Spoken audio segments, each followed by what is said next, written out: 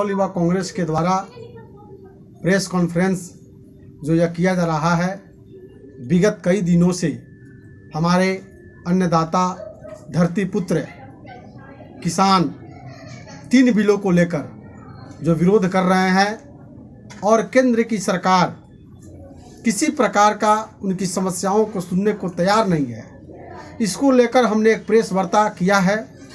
और प्रेस वार्ता करने का हमारा मुख्य मकसद ये है कि 3 कानून जो इन्होंने लाया है, उस कानून के प्रारूप को अगर देखा जाए तो पूरी तरह यह कानून एक खोखले वादे की तरह है और भारत के जो 2 प्रमुख व्यापारी कह सकते हैं या मोदी के व्यक्ति कह सकते हैं, हमारे प्रधानमंत्री जी के जो व्यक्ति हैं अडानी और अंबानी, उनको पूरी तरह फ़ायदे पहुंचाने के लिए यह किसान बिल लाया गया है। मैं मीडिया के माध्यम से, आप लोगों के माध्यम से यह बताना और कहना चाहूँगा कि वो दिन दूर नहीं जब हमारे धरती के पुत्र कहे जाने वाले किसान भाई कड़ाके की ठंड में जो अनेकों बॉर्डर पर जो बैठे हुए हैं अपनी मांगों को रख रहे हैं। कल का रिपोर्ट है कम से कम 35 से 40 लाख किसान जो हैं अपनी मांगों को लेकर, जायज़ मांगों को लेकर वहाँ बैठे हुए हैं, लेकिन यह सरकार कान में तेल डाले हुए उनको सुनने को तैयार नहीं है। देश के शीर्ष नेतृत्व जो है, चाहे वो गृह मंत्रालय हो, वित्त मंत्रालय हो, रक्षा मंत्रालय हो या उनके आका प्रधानमंत्री हो, किसी प्रकार का यह किसानों को बीच जाकर उनकी प्रतिनिधियों के द्वारा वार्ता न करना यह पूरी तरह बताता है कि प्रारूप जो है या प्रोपगंडा जो है पूर्व से निर्धारित है। उसकी खाका को तैयार करके किसानों पर ज़बरदस्ती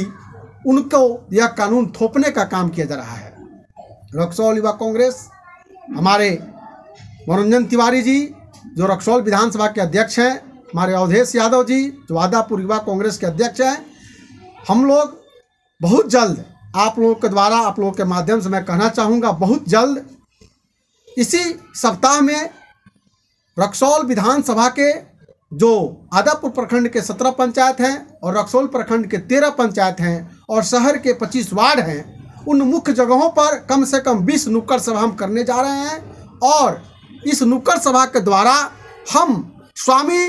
नाथन की जो रिपोर्ट कृषि बिल के द्वारा जो आई हुई है और एमएसपी को लेकर जो बातें जो चल रही है उसको लेकर हम खुलासा करेंगे कि सही मायने में किसानों का हितैषी यह कौन दल रहा है। मैं आपको बता दूं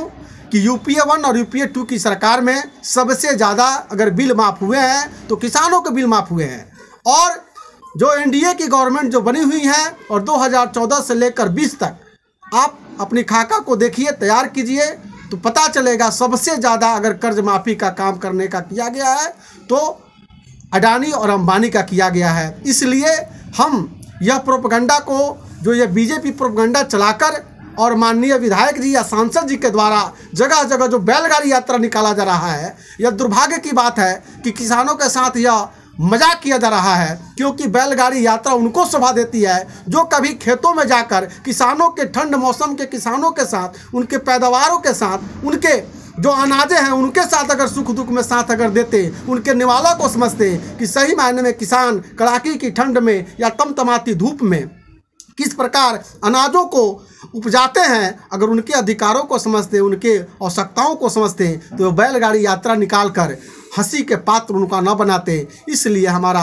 आप लोगों के द्वारा यह कहना है कि बहुत जल्द हम इस मामले को खुलासा करेंगे और घर घर जाकर, चौक चौराहा पर जाकर किसानों हित की हम बात करेंगे। और मैं बता दूं कि अभी कटिहार में गौतम अडानी जी, एफसीआई का नाम आपके द्वारा मैं बता दूं कि फूड इंडिया कॉर्पोरेशन का जो शेयर है, उस शेयर को मोदी जी अक्टूबर 2014 में बेचने का और डील करने का काम किए थे और जिसका सबसे बड़ा उदाहरण यह है कि वहाँ कटिहार में जो सालवे बन रहा है, स्टील कंपनियां की सालवे जो बन रही हैं, उसमें कई टन अनाजों को औने पौने दाम में खरीदा जाएगा और खरीद कर जो फॉर्चून कंपनी उनकी है अडानी जी का, उसके माध्यम से बाजारों में और बड़े बड़े मॉलों में उसे बेचकर किसानों को और गरीब बनाने का काम किया जाएगा। निश्चित रूप से यह किसान बिल जो है और किसानों को गरीब बनाने का काम करेगा। अभी तक 22 किसानों की आत्महत्या वहाँ हो चुकी है, उन्होंने हत्याएं अपनी की है, आत्महत्या की है। इस कानून विरोध को लेकर आखिरकार सरकार कब तक सोएगी, जागे और इस चीज़ पर अपनी मंतव्य को बताए, कुंभकर्ण नींद से जागे। रक्सौल युवा कांग्रेस से आह्वान करता है और हम पूरी ताकत के साथ, पूरी चट्टानी एकता के साथ किसानों के साथ खड़े हैं और हमेशा खड़े रहेंगे। अखिलेश दयाल, प्रदेश महासचिव बिहार यूथ कांग्रेस।